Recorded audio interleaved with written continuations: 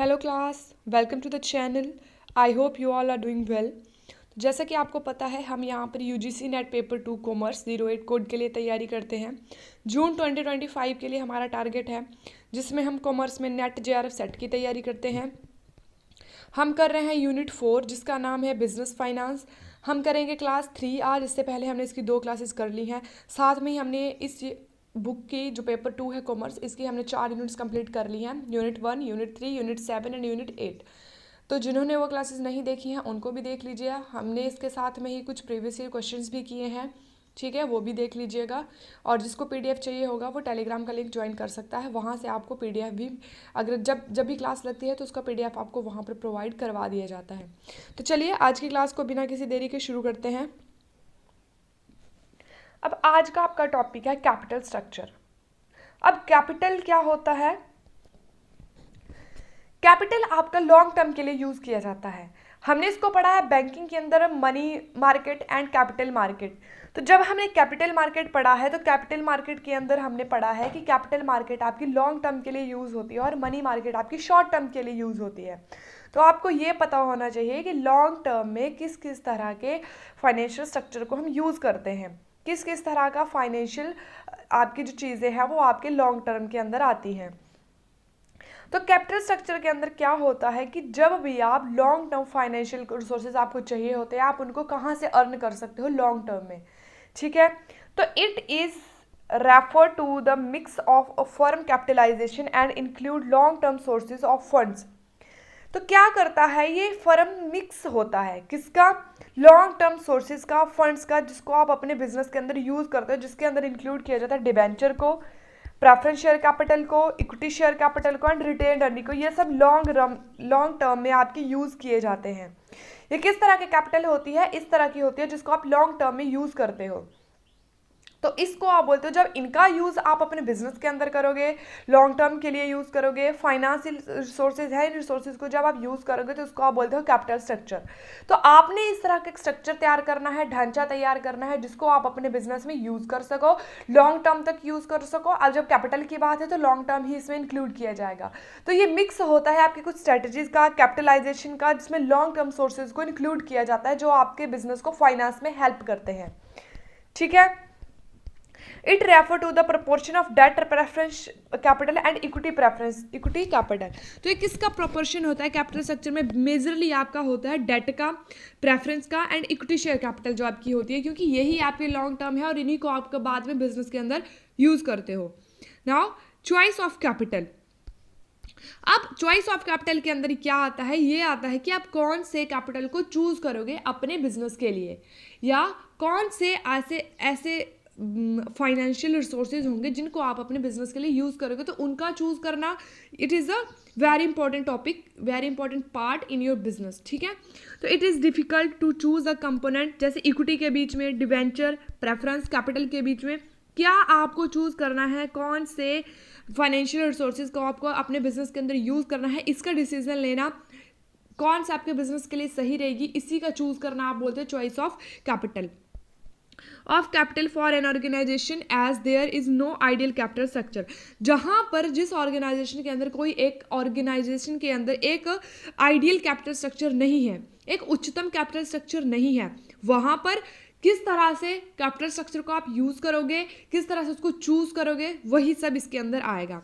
A company capital structure depends upon its function and how risky the particular business is. अब आप अपना capital structure किस तरह से चूज करोगे? तो इसको चूज करने के लिए आपको सबसे पहले ये देखना होगा कि आपका बिजनेस किस तरह का है, आपके बिजनेस की ऑब्जेक्टिव किस तरह से है, रिस्क बियरिंग कैपेसिटी आपकी कितनी है, बिजनेस की फंक्शन किस तरह से है, किस तरह से वो काम करता है। तो इन सब को देखकर, इन सब को ध्यान में रखकर ही आप क्या करोगे, कैपिटल स्ट्रक्चर को चूज करोगे, ठीक है। सो ये वेरी इंपॉर्टेंट आपका एक डिसीजन होता है जो आपको अपने बिजनेस के अंदर लेना पड़ता है। अब इसके लिए पैटर्न क्या हो सकते हैं कि किस तरह से आप अपने कैपिटल स्ट्रक्चर को चूज कर सकते हो। तो आप होल इक्विटी शेयर को भी चूज कर सकते हो, different proportion of equity and preference share capital, कुछ पोर्शन आपका इक्विटी का हो सकता है, कुछ पोर्शन आपका प्रेफरेंस शेयर का हो सकता है। तो इस तरह का कैपिटल स्ट्रक्चर भी आप चूज कर सकते हो। Different proportion of equity and debenture capital, जैसे आपके डिबेंचर्स होते हैं, हमने पिछले क्लास में पढ़ा हुआ है डिवेंचर क्या होते हैं, शेयर्स क्या होते हैं, equity share, preference share, bond, ये सब पढ़ा है, तो आपको ये पता है कि क्या होता है। तो इनका कुछ प्रोपोर्शन, डिवेंचर का कुछ प्रोपोर्शन आपका इक्विटी का हम इसमें यूज़ कर सकते हैं। Different proportion of equity, preference and debenture, कुछ प्रोपोर्शन आप इक्विटी का यूज़ कर लो, कुछ प्रेफरेंस का कर लो, कुछ डिवेंचर का कर लो, डेट आप कुछ यूज़ कर लो, ठीक है। तो इस तरह से हम जो है वो क्या कर सकते हैं, इस तरह से हम कुछ कैपिटल स्ट्रक्चर के लिए पैटर्न को यूज़ कर सकते हैं जो आपके बिजनेस के लिए, कैपिटल स्ट्रक्चर के लिए हेल्पफुल रहेगा। Now fundamental principle for selecting the financial pattern, जब आप फाइनेंस को चूज़ करते हो, फाइनेंसिंग पैटर्न का जब आप चूज़ करते हो, तब आपको कुछ इस तरह के प्रिंसिपल्स होते हैं जिनको आपको ध्यान में रखना होगा, जिनको ध्यान में रखकर ही आपको कॉस्ट ऑफ कैपिटल को चूज करना होगा। जैसे when choosing the right financing mix, जब भी आपको कोई राइट फाइनेंसिंग मिक्स का चूज करना है कि कौन कौन सा आप फाइनेंशियल रिसोर्सेज का अपने बिजनेस के अंदर यूज करोगे, a company should consider सर्वल fundamental principles, company के अंदर कुछ प्रिंसिपल्स होते हैं जिनको उस कंपनी को अपनाना पड़ता है या उनको कंसीडर करना पड़ता है जब भी वो कैपिटल स्ट्रक्चर का चूज करेगी, ठीक है, ताकि वो एंश्योर कर सके कि फाइनेंशियल स्टेबिलिटी आपकी बनी रहे, ग्रोथ आपकी हो ऑर्गेनाइजेशन के अंदर। तो इसी के लिए तो कैपिटल स्ट्रक्चर का आप चूज करोगे कि बिजनेस के अंदर, आपके ऑर्गेनाइजेशन के अंदर आपके प्रोडक्ट्स की या आपके डिमांड ज़्यादा बढ़े, आपके बिजनेस को फाइनेंशियल स्टेबिलिटी मिले, फाइनेंशियली ग्रोथ मिले, तो इसी के लिए तो कैपिटल स्ट्रक्चर को चूज़ किया जाएगा। तो जब भी आपको कैपिटल स्ट्रक्चर को चूज़ करना है तो इसको चूज़ करने के लिए आपके पास कुछ प्रिंसिपल्स होते हैं जिनको आपको ध्यान में रखना पड़ेगा।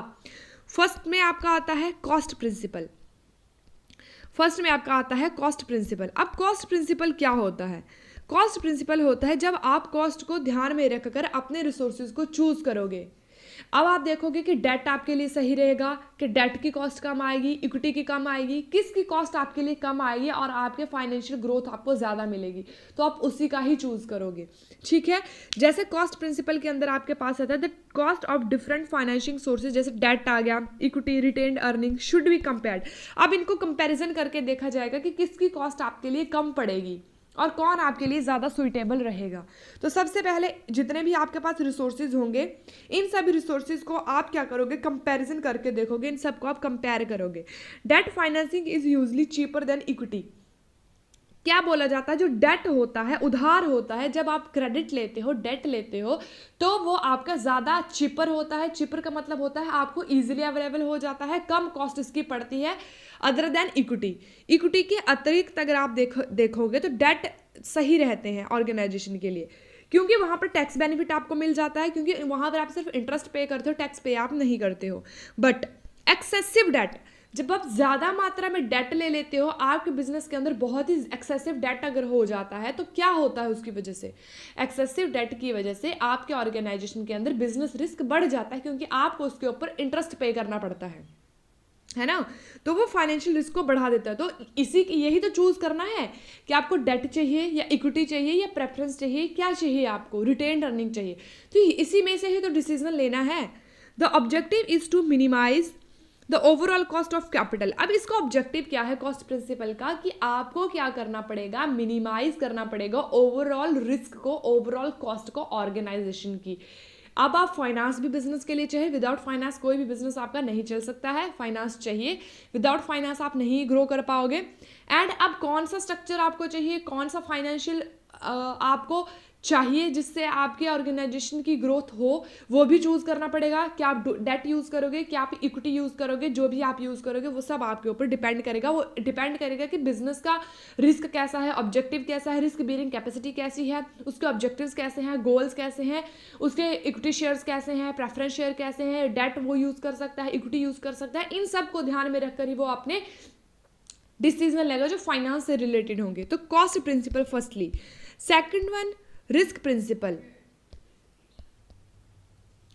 अब रिस्क प्रिंसिपल क्या होता है? रिस्क होता है जितनी आपकी ऑर्गेनाइजेशन रिस्क बियरिंग कर सकती है, जितना रिस्क उठा सकती है, उसके अकॉर्डिंग ही वो जो है अपने रिसोर्स को चूज करेगी। अब higher debt increase financial risk due to fixed interest obligation.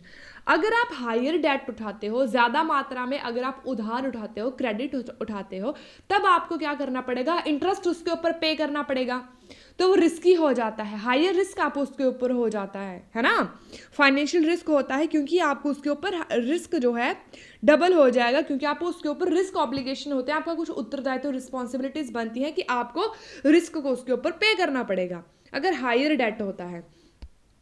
और अगर आप इक्विटी को चूज करोगे, equity financing reduce financial risk. अब इक्विटी फाइनेंस से आपके फाइनेंशियल रिस्क को रिड्यूस कर देती है, क्योंकि वहां पर आपको किसी तरह का कोई भी इंटरेस्ट पे नहीं करना है।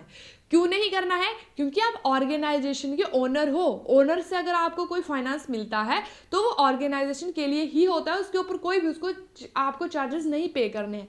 लेकिन क्या होगा, में डाइल्यूट ओनरशिप, अगर मान लीजिए एक व्यक्ति है, ओनर है, वो इक्विटी शेयर उसने लिए हैं 10% और पूरी ऑर्गेनाइजेशन के, अब रिस्क बढ़ रहा है तो वो क्या करेगा, डाइल्यूट कर देगा 10% में से, मान लीजिए उसने 5% शेयर अपने किसी और को दे दिए, तो 5% का जो रिस्क था वो किसी और के ऊपर चला गया, 5% का रिस्क उसके ऊपर रहा, 5% का रिस्क किसी और के ऊपर चला गया, लेकिन उसकी ओनरशिप तो कम हो गई, ओनरशिप तो 5% ही बची पूरी ऑर्गेनाइजेशन के अंदर। तो इस तरह से होता है कि आपका जब इक्विटी से आप फाइनेंशियल रिस्क को कम कर सकते हो, लेकिन उसको ओनरशिप को डाइल्यूट करना पड़ेगा। वहीं पर अगर आप डेट लेते हो ज़्यादा मात्रा में, तो एक्सेसिव डेट लेते हो, तो उसके ऊपर आपको डेट के ऊपर आपको इंटरेस्ट के लिए ऑब्लिगेशन बढ़ जाएंगे पे करने के लिए। अब balanced approach is needed to manage risk and return. अब आपको क्या करना पड़ेगा, एक बैलेंस्ड अप्रोच अपनानी पड़ेगी, जहां पर आपका रिस्क भी कम हो, रिटर्न भी आपको इंक्रीज हो, रिस्क कम हो, रिटर्न आपके बढ़े। इस तरह की बैलेंस्ड अप्रोच अब आपको यहाँ पर अपनानी पड़ेगी। अब there are two associated risk, अब आपके पास दो रिस्क यहाँ पर होते हैं जो मेजरली आपके बिजनेस को बियर करने पड़ेंगे, जैसे आपके बिजनेस रिस्क, फाइनेंशियल रिस्क। इनको हमने पढ़ा हुआ है नॉन सिस्टमेटिक रिस्क के अंदर। आपको पता होगा नॉन सिस्टमेटिक रिस्क को बिजनेस रिस्क भी बोला जाता है। तो बिजनेस रिस्क आपके वो होते हैं जो आपकी ऑर्गेनाइजेशन के अंदर ही होते हैं, एंड फाइनेंशियल रिस्क होते हैं जो आप फाइनेंस को अच्छी तरह से, अगर आपको फाइनेंस नहीं मिल पा रहा है या आपने डेट को पे नहीं किया है, इंटरेस्ट को पे नहीं किया है, उसकी वजह से अगर आपको न्यू फाइनेंस नहीं मिल रहा है, तो ये सब आपके फाइनेंशियल रिस्क के अंदर आते हैं। देखिए आपको क्या करना पड़ेगा, रिलेट करके देखना पड़ेगा चीज़ों को कि आपने कौन सा कहाँ पर पढ़ा है, किसके साथ आप किसको कंपैरिजन करके देख सकते हो। तो इससे क्या होगा, एक तो आपकी नॉलेज बढ़ेगी और दूसरे आपको टॉपिक्स याद रहेंगे कि आपने कौन सी यूनिट में कौन सा टॉपिक कहाँ पर पढ़ा था। कुछ कुछ डिफरेंसेस इनके बीच में होते हैं, कहीं पर रिस्क का मतलब कुछ और होता है, फाइनेंस में रिस्क और है, बैंकिंग के अंदर रिस्क और है, लेकिन अगर आप इनको ढंग से देखोगे तो इनके बीच में आप कंपैरिजन भी कर पाओगे और इजीली इनको आप समझ भी पाओगे। तो आप देखिए चीज़ों को कंपैरिजन करके देखिए कि आपने कौन सी चीज़ को कहाँ पर पढ़ा है, तो उससे आपको रिटेन रखने में बहुत ज़्यादा हेल्प मिलेगी और पेपर में भी आप इसको ईजिली कर पाओगे, है ना। तो कि आपने business risk and financial risk को कहाँ पढ़ा है, एक तो आपने बैंकिंग के अंदर systematic risk and non systematic risk पढ़ा है, एक तो आपने यही जो हम ये यूनिट कर रहे हैं इसके बीच में systematic risk and non systematic risk को पढ़ा है, उसके बीच में आपने पढ़ा है बिजनेस रिस्क होते हैं, फाइनेंशियल रिस्क होते हैं, परचेजिंग पावर रिस्क होते हैं, ये सब रिस्क आपने पढ़े हुए हैं। तो इनको आप ध्यान में रखिए, ठीक है, और रिलेट करके देखिए। उसके बाद है आपके पास ऑप्टिमम कैपिटल स्ट्रक्चर। अब आपके पास आता है optimum capital structure. Optimum capital structure का मतलब होता है उच्चतम, जब आप एक पूंजीगत ढांचे का यूज करते हो, एक उच्चतम पूंजीगत ढांचा होता क्या है, तो firstly you want to know कि होता क्या है ऑप्टिमम कैपिटल स्ट्रक्चर। ठीक है, क्या होता है optimum capital structure is the ideal mix of debt and equity. किसका है, जो आपके पास डेट है, क्रेडिट है, एंड जो आपके पास इक्विटी है, ओनरशिप है, उनका एक मिक्स है, एक आइडियल मिक्स है, एक उच्चतम मिक्स है। ठीक है, financing that minimize company's overall cost of capital, जो क्या करता है आपके कंपनी की ओवरऑल कॉस्ट ऑफ कैपिटल है उसको मिनिमाइज करता है, उसको कम करता है, वाइल क्या करता है मैक्सिमाइजिंग शेयर होल्डर वैल्यू, और क्या करता है शेयर होल्डर की वैल्यू को मैक्सिमाइज करता है। तो क्या होता है जब आप कैपिटल स्ट्रक्चर को चूज करते हो तो आपका एक ऑप्टिमम होना चाहिए, वो उच्चतम होना चाहिए, इस तरह का होना चाहिए जो आपके ऑर्गेनाइजेशन की कॉस्ट ऑफ कैपिटल को कम करे, साथ में जो आपके शेयर होल्डर होते हैं, स्टेक होल्डर होते हैं ऑर्गेनाइजेशन के, उनकी वैल्यू को वो इंक्रीज करे, उनकी वैल्यू को वो बढ़ाए, इस तरह के होने चाहिए। ठीक है, जो तो ये जो आपका ऑप्टिमम कैपिटल स्ट्रक्चर है बैलेंस करता है रिस्क एंड रिटर्न को, एंड एंश्योर करता है कि कंपनी की मेंटेनेंस कंपनी मेंटेन कर सके फाइनेंशियल फ्लेक्सिबिलिटी एंड स्टेबिलिटी को, कि जब भी फाइनेंस की नीड हो फाइनेंस इजीली मिल सके और स्टेबल रहे, ऐसा ना हो कि बहुत ज़्यादा इसमें फ्लक्चुएशंस हो, फ्लेक्सिबल होना चाहिए, स्टेबल होना चाहिए। तो यही होता है ऑप्टिमम कैपिटल स्ट्रक्चर। अब इसकी कैरेक्टरिस्टिक्स देखते हैं क्या होता है। Minimize the cost of capital, वही जो हमने इसकी डेफिनेशन में देखा कि मिनिमाइज करना है आपको कॉस्ट ऑफ कैपिटल को। जो भी आपके ऑर्गेनाइजेशन के अंदर जो आपको फाइनेंशियल चीज़ों को आप या फाइनेंशियल रिसोर्सेज का आप यूज़ करते हो, इसमें कॉस्ट ऑफ कैपिटल होती है, इसको आप रिड्यूस करोगे, कम करोगे, मिनिमाइज करोगे। अब balance between debt and equity, ठीक है, डेट एंड इक्विटी के बीच में आप बैलेंस देखोगे, उनके बीच में देखोगे कि कौन सा लोअर है, किसकी weightage average cost of capital कम आएगी। क्या आप डेट को यूज करोगे तब आपकी कॉस्ट ऑफ कैपिटल कम आएगी, या आप इक्विटी को यूज करोगे तब आपकी कॉस्ट ऑफ कैपिटल कम आएगी। किस में से आपकी कॉस्ट ऑफ कैपिटल कम आएगी, आप उसी का जब यूज करोगे, उसी जिससे आपकी अब रिड्यूस कर पाओगे कॉस्ट ऑफ कैपिटल को, वही आपके पास अच्छा एक रिसोर्स होगा जिसको आप यूज करोगे अपने बिजनेस के अंदर फाइनेंशियली। ठीक है, सेकंड वन आपके पास आता है मैक्सिमाइज फर्म वैल्यू। अब फर्म की वैल्यू किस तरह से बढ़ेगी? फर्म की वैल्यू बढ़ेगी जब आप अपने शेयर होल्डर की वैल्यू को इंक्रीज करोगे, उनको डिविडेंड दोगे, ठीक है, शेयर होल्डर की वेल्थ को आप इन्हेंस करोगे, तब आपकी फर्म की वैल्यू इंक्रीज होगी। तो इसका एक मेन मोटिव होता है कि मैक्सिमाइज करना है आपकी फर्म की वैल्यू को, कैसे? शेयर होल्डर की वैल्यू को इंक्रीज करके, उनकी वेल्थ को इंक्रीज करके।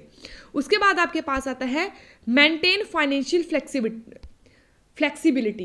अब आपको क्या करना पड़ेगा? अपनी ऑर्गेनाइजेशन के अंदर फ्लेक्सिबिलिटी, लोचशीलता को भी बढ़ाना पड़ेगा। जब भी ऑर्गेनाइजेशन के अंदर नीड हो फंड्स की, जब भी नीड हो कुछ एडिशन करने की, आप के अंदर इतनी एबिलिटी होनी चाहिए कि फर्म को जब भी ज़रूरत पड़े तब वो उसको यूज़ कर सके, तब वो उसको प्रयोग कर सके। जिस भी तरह के फाइनेंशियल नीड्स होंगी, जिस भी तरह के एडिशनल फंड की नीड है, या फ्लेक्सिबिलिटी होनी चाहिए ऑर्गेनाइजेशन के अंदर। उसके बाद आपके पास आता है बैलेंस्ड रिस्क एंड रिटर्न। अब आपके जो शेयर होल्डर होते हैं या आपके बिजनेस के अंदर जितने भी आपके स्टेक होल्डर हैं, उनको उनका रिस्क एंड रिटर्न बैलेंस्ड होना चाहिए, है ना। Too much debt increase bankruptcy risk. अगर आपने बहुत ज़्यादा मात्रा में डेट लिया है, उधार लिया है, ऋण लिया है, तो क्या करना पड़ेगा? वो बैंकरप्सी हो गया। बैंकरप्सी कैसे हो गया? कि आपके बहुत ज़्यादा अगर आपने डेट ले लिया तो आपके ऑर्गेनाइजेशन के पास इतना फंड नहीं है कि वो उस डेट को पे कर सके, या डेट वो तभी ले रही है जब उसके पास अपना प्रॉफिट नहीं है, तो वो बैंकरप्सी हो गया। वाइल टू मच इक्विटी में डाइल्यूट ओनरशिप। अगर आपने टू मच ओनरशिप अगर आपके पास ज़्यादा है और तब आपको रिस्क हो रहा है, तब आपको अपनी ओनरशिप को डाइल्यूट करना पड़ेगा एंड रिड्यूस करना पड़ेगा अर्निंग पर शेयर को। तो इसी तरह से आपका रिस्क एंड रिटर्न बैलेंस होना चाहिए, कि ऐसा ना हो कि आपको रिस्क हो रहा है तो रिस्क के साथ साथ आपका रिटर्न भी डाइल्यूट हो रहा है, ऐसा नहीं होना चाहिए। Ensure adequate control. अब एडिक्वेट क्या होता है? कि एक्यूरेसी के साथ आपको कंट्रोल करना है, कि आपके ऑर्गेनाइजेशन के अंदर जो भी कंट्रोल है वो एक्यूरेट हो, एक्यूरेसी के साथ हो। Debt financing allows owners to retain control. तो डेट फाइनेंसिंग क्या करती है? ओनर को अलाउ करती है कि कंट्रोल को रिटेन रख सके, कम कर सके। वाइल एक्सेसिव इक्विटी फाइनेंसिंग में lead to dilute of ownership. अगर आपके पास एक्सेसिव इक्विटी है तो आप उसको डाइल्यूट करके आप रिस्क को कम कर सकते हो। तो इसी तरह के आपके पास एक एडिक्वेट कंट्रोल होना चाहिए कि किस तरह से आप अपने फाइनेंशियल रिस्क को कम कर सकते हो।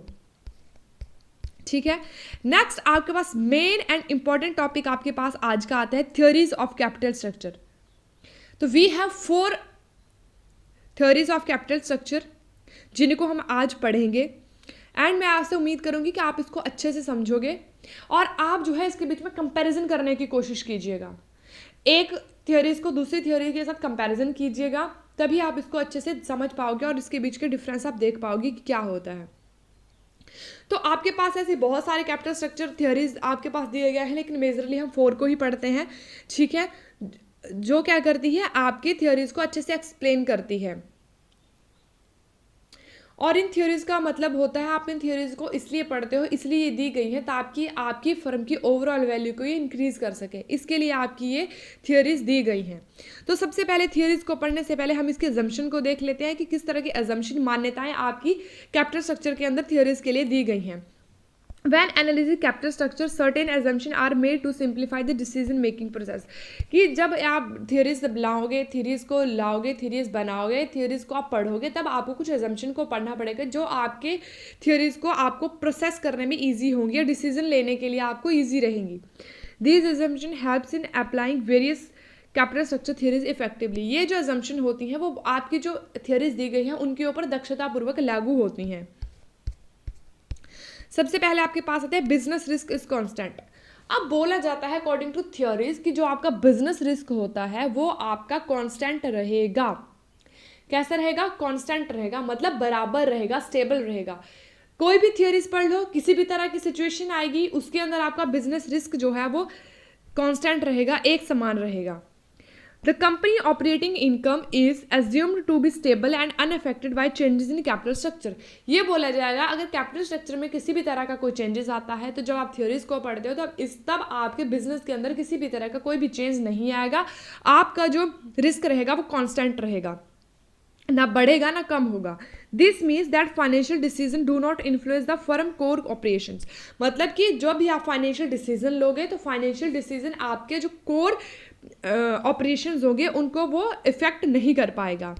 सेकंड आपके पास आती है नो टैक्सेस और कंसिडरेशन. कुछ आपके पास थियरीज ऐसी हैं जहाँ पर किसी तरह का कोई भी टैक्स नहीं लगेगा, कोई कंसिडरेशन नहीं लगेगा. ठीक है, जैसे आपकी सम थियरीज जैसे आपकी है मोदीग्लानी मिलर विदाउट टैक्सेस है, इसके ऊपर कोई टैक्सेस नहीं लगते हैं. Assumed a world without corporate taxes. इसमें यह अज्यूम किया जाता है कि आपके जो वर्ल्ड है वो किस तरह का है वर्ल्ड है कि जिसमें कोई भी टैक्सेस नहीं है, विदाउट कॉर्पोरेट टैक्सेस हैं. अदर्स हैं जैसे ट्रेड ऑफ थियोरी है, कंसीडर टैक्स बेनिफिट और डेट. जो आपकी ट्रेड ऑफ थियोरी है वो आपकी कंसीडर करती है टैक्सेस को. तो इस तरह से आपकी एजम्पशन है. उसका परफेक्ट कैपिटल मार्केट. अब माना जाता है कि कैपिटल मार्केट आपकी परफेक्ट है. परफेक्ट कैसी है कि उसको मार्केट के अंदर पूरी नॉलेज है सबको. नो ट्रांजैक्शन कॉस्ट कोई नहीं है, बैंकरप्सी कॉस्ट कोई नहीं है, एजेंसी कॉस्ट इसमें किसी भी तरह की कोई भी transaction cost, bankruptcy cost and agency cost नहीं है. Investor and companies have equal access to capital at the same rates. तो कंपनी के जो इन्वेस्टर होते हैं वो सेम रेट के ऊपर कंपनी को, पूरे बिजनेस को, एंटायर इकोनॉमी को एक्सेस कर पा रहे हैं जो सेम रेट चले हुए हैं उन्हीं के ऊपर. Information is freely available eliminating information asymmetry. मतलब एसिमेट्री है इन्फॉर्मेशन को, उसको एलिमिनेट करता है. इसमें यह बोला जाता है कि जो इन्फॉर्मेशन का फ्लो है वो सबके लिए फ्रीली है. जो भी इन्फॉर्मेशन दी जाएगी कुछ भी छुपाया नहीं जा रहा है, सब इन्फॉर्मेशन सबके लिए इक्वली दी जा रही है. Debt is cheaper than equity. वो तो हमने पहले ही पढ़ा. Debt is cheaper than equity कैसे होता है? क्योंकि डाटा जब आप लेते हो तब आप उसको पे करते हो और उसके ऑब्लिगेशन से आप मुक्त हो जाते हो. लेकिन जब कैपिटल इक्विटी के ऊपर जब आपके ऊपर रिस्क आता है तब आपको अपनी इक्विटी को डाइल्यूट करना पड़ता है, ओनरशिप को डाइल्यूट करना पड़ता है. तो debt always is cheaper than equity. लेकिन अगर एक्सेसिव डेट अगर आप लोगे तो वो आपकी बिजनेस रिस्क को बढ़ा देगा. ठीक है. उसके बाद नो बैंकरप्सी और फाइनेंशियल डिस्ट्रेस कॉस्ट. अब इसमें किसी भी तरह की कोई भी बैंकरप्सी नहीं है. बैंकरप्सी कब होगी? जब आपने बहुत ज़्यादा मात्रा में डेट लिया है. लेकिन अकॉर्डिंग टू थियोरीज इसके अजम्पशन में माना जाएगा कि किसी तरह की no transaction cost, no bankruptcy and कोई भी फाइनेंशियल डिस्ट्रेस कॉस्ट आपके पास नहीं है. उसके बाद इन्वेस्टर आर रैशनल. रैशनल का मतलब होता है सापेक्ष. अब रेलिवेंट का मतलब होता है सापेक्ष. रैशनल का मतलब होता है कि सब प्रकार की जानकारी है आपके इन्वेस्टर को. इन्वेस्टर आर रैशनल कि investor are assume to make logical decision based on available information. जो भी इंफॉर्मेशन मार्केट के अंदर अवेलेबल है उस इंफॉर्मेशन को ध्यान में रखकर आपके जो इन्वेस्टर है वो डिसीजन लेंगे. एंड डिसीजन कैसा होगा? फ्रीली होगा, आप कोई भी डिसीजन ले सकते हो. They assess risk and return objective without emotional basis. यहाँ पर जो भी आपके डिसीजन लिए जाएंगे वो इमोशनली बेसिस के ऊपर नहीं लिए जाएंगे, रिस्क एंड रिटर्न को ध्यान में रखकर लिए जाएंगे. ठीक है. The firm investment policy is fix. अब फर्म के द्वारा जो इन्वेस्टमेंट पॉलिसीज की गई हैं वो फिक्स रहेंगी, उसमें किसी तरह का कोई भी चेंजेस नहीं आएगा. जो इन्वेस्टमेंट पॉलिसीज के अंदर है जो एक बार बना दी गई वही सभी के ऊपर लागू होगी, कोई चेंजेस इसमें नहीं होगा. ठीक है, चाहे किसी भी तरह की मार्केट कंडीशन हो. Debt and equity are perpetual. अब सापेक्ष हैं. आपकी डेट एंड इक्विटी जो है वो आपकी परपेचुअल मानी जाएंगी. ठीक है, कि इसमें किसी भी तरह का कोई भी आपका चेंजेस नहीं रहेगा. और जो आपकी डेट एंड इक्विटी रहेगी वो आपकी शाश्वत रहेगी. कैसी रहेगी? एक जैसी रहेगी. Some models assume that debt and equity financing remains in place, identify simplify calculation. तो क्या करती है, प्लेस इनडेफिनेटली सिंप्लीफाई करती है कैलकुलेशन को। जो डेट एंड इक्विटी होती है वो एक ही प्लेस के ऊपर इनडेफिनेटली ये कैलकुलेशन को सिंप्लीफाई करती है जो डेट एंड इक्विटी होती है, क्योंकि शाश्वत होती है, परपेचुअल होती है, एक समान रहती है। तो ये था आपके पास कुछ अजम्पशंस जो आपने पढ़ी, जो आपके कैपिटल स्ट्रक्चर की है। अब आप थ्योरीज देखते हैं। Theories of capital structures are, तो हमारे यहाँ हमने पढ़नी है 4 थ्योरीज। सबसे पहले आपके पास आती है नेट इनकम अप्रोच। तो इसको किसके द्वारा दिया गया है, इसको दिया गया है डुरांट के द्वारा। किसके द्वारा, डुरांट के द्वारा, DURAND, किसके द्वारा, डुरांट के द्वारा। तो इसको आप शुद्ध आय अप्रोच भी आप इसको बोलते हो, ठीक है। तो अकॉर्डिंग टू दिस अप्रोच क्या बोला जाता है कि जब भी आपको अपने डिसीजन लेने हैं, आपको कैपिटल स्ट्रक्चर के बारे में जब भी कोई डिसीजन लेने हैं, तब आपको फर्म की जो वैल्यू होती है एंड लिवरेज होती है, ठीक है, उन दोनों को कैलकुलेट करके आप क्या करते हो, डिसीजन लेते हो। किसको, फर्म की वैल्यू को ध्यान में रखकर, एंड जो आपकी लिवरेज होती है, डेट होता है। लिवरेज क्या होती है, डेट, ऋण अंश, ऋण अंश। तो डेट को ध्यान में रखकर, लिवरेज को ध्यान में रखकर और फर्म की वैल्यू को ध्यान में रखकर जब आप डिसीजन लेते हो या उनको आप कैलकुलेट करते हो, उनके बीच में आप रिलेशनशिप को देखते हो, उसके बाद जब आप डिसीजन लेते हो, उसको आप बोलते हो नेट इनकम अप्रोच, शुद्ध आय अप्रोच। कैसी अप्रोच है, शुद्ध आय अप्रोच। क्या करेंगे, इस अप्रोच के अकॉर्डिंग जब भी आपको डिसीजन लोगे तो डिसीजन लेने के लिए आप सबसे पहले कैलकुलेशन करोगे। किस तरह के कैलकुलेशन, जिसके आप बीच में आपकी फर्म की वैल्यू को इंक्लूड किया जाएगा, प्लस किया जाएगा आपकी लिवरेज को, जो है आपके पास नेट लिवरेज है, आपके पास डेट। इन दोनों को जब आप कैलकुलेट करोगे, फिर इनके बीच में आप रिलेशनशिप देखोगे, उसके बाद जब आप डिसीजन लोगे तो उस डिसीजन को आप बोलोगे शुद्ध आय अप्रोच, ठीक है। तो कैसे, according to this approach capital structure decision is relevant to the value of the firm. किसके लिए रेलिवेंट है, सापेक्ष है, according to value of firm के अकॉर्डिंग लिए जाते हैं।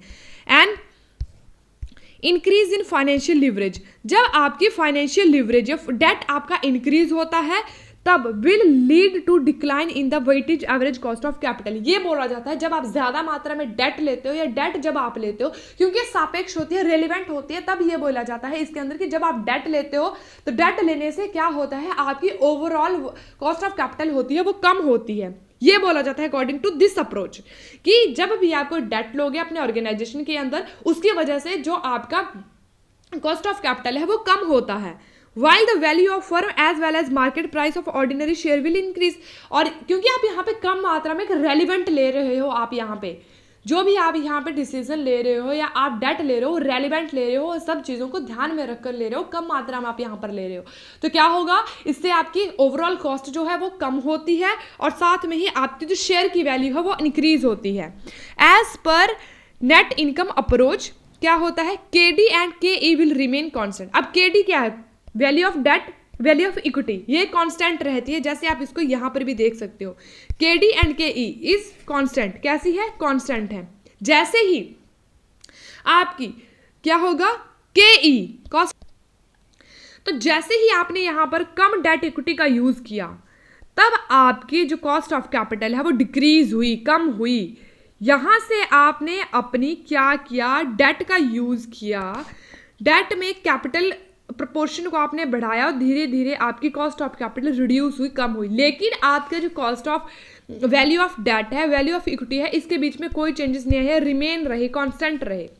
सो इस तरह से आप अपनी नेट इनकम अप्रोच को देखते हो। इसको फॉर्मुलेट करने के लिए फॉर्मूला है वैल्यू ऑफ शेयर, एस को आप शेयर से लोगे, earning before income tax -1 1 - T divided by KE, cost of equity है ये आपके पास, और V - D, यही आपका नेट इनकम अप्रोच के अंदर भी आएगा। ये आपके पास वैल्यू ऑफ फर्म है एंड आपके पास है वैल्यू ऑफ डेट, इनको लेस करके आपका शेयर की वैल्यू आती है, ठीक है। Value of firm and value of debt को कम करके या इनको इन दोनों में से लेस करके आपकी शेयर की वैल्यू आती है, ठीक है। तो इस तरह से आपके पास फॉर्मूला है, इसको आप देख लीजिएगा। उसके बाद आपके पास ट्रेडिशनल अप्रोच को हम बाद में पढ़ेंगे, पहले हम पढ़ लेते हैं आपकी नेट ऑपरेटिंग इनकम अप्रोच। अब आपके पास आती है नेट ऑपरेटिंग इनकम अप्रोच, जो क्या होती है आपके पास शुद्ध कार्यकारी आय पहुंच।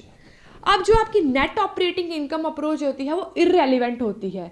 ये आपके जो नेट इनकम अप्रोच है उससे बिल्कुल डिफरेंट है, उससे बिल्कुल अलग है। ये इस अप्रोच के अंदर ये बोला जाता है कि जो आपका कैपिटल स्ट्रक्चर के अंदर जिस भी तरह के डिसीजन लिए जाते हैं, ये सिर्फ कैसी अप्रोच है, ये सुझाव देती है और वहां पर डिसीजन लिए जाते हैं। नेट इनकम अप्रोच में आप डिसीजन लेते हो, नेट ऑपरेटिंग इनकम के बीच में आप सिर्फ सुझाव देते हो। ये अप्रोच आपको सुझाव देती है।